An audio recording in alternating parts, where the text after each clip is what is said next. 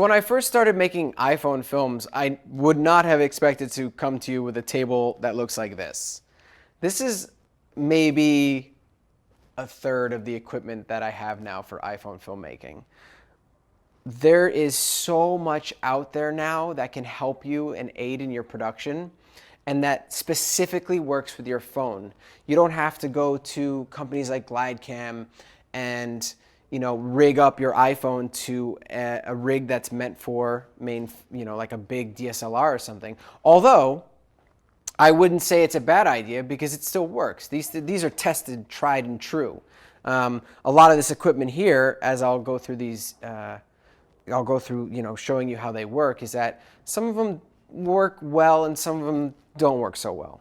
So you have to kind of, it's a new market, and so we're learning with you guys on this stuff. And so I figured we'd come to you today and we would show you all this stuff, and hopefully we can give you some insight so that when you make a purchase for your next film or whatever it is, maybe you're a skateboarder or a sports player and you want to just get the coolest shot really smooth or something, this is some of the equipment you can start with. Because I often get asked, what's the best equipment? What is it that I need to shoot my film?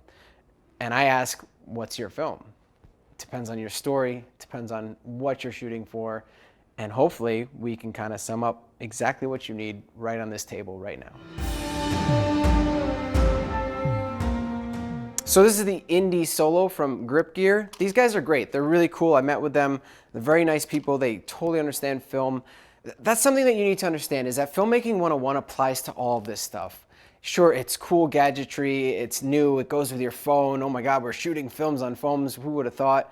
But you really, like, the gear itself, it has that basis of Filmmaking 101. It has the same balancing techniques. And this is one of the more old school type of balancing techniques where you're using these counterbalances. So you turn these out, you go ahead and pop your phone in there. You gotta just kind of center it the best you can.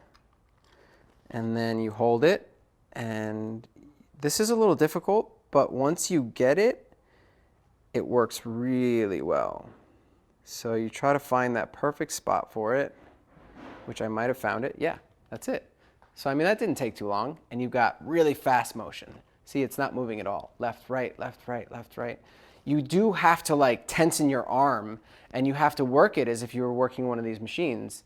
So having a little bit of knowledge of how this works definitely would be beneficial, but it's not hard to pick up. And attaching lenses to this, not a problem, because you can actually push the phone even more to the right, counterbalancing it. So if I were to put the lens on, it should counterbalance. I haven't counterbalanced this, so we're kind of taking a guess here, but let's see.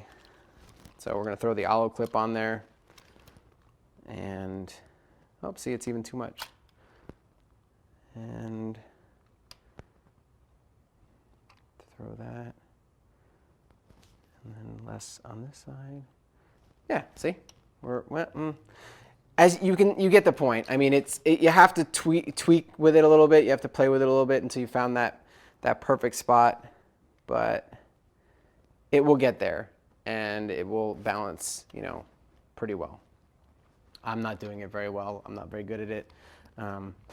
But it at least gives you that option. And if you need something really cheap, and you need something that you can throw in your bag, and you can't worry about a battery running out or anything like this, this is something I would recommend for that, because it definitely has it's just all there, and it will hold your iPhone perfectly. But remember, only the smaller version. You cannot have the 6S Plus or the 6 Plus in this. It will not hold it. But the 6 and the 6S, they're fine, as you can see.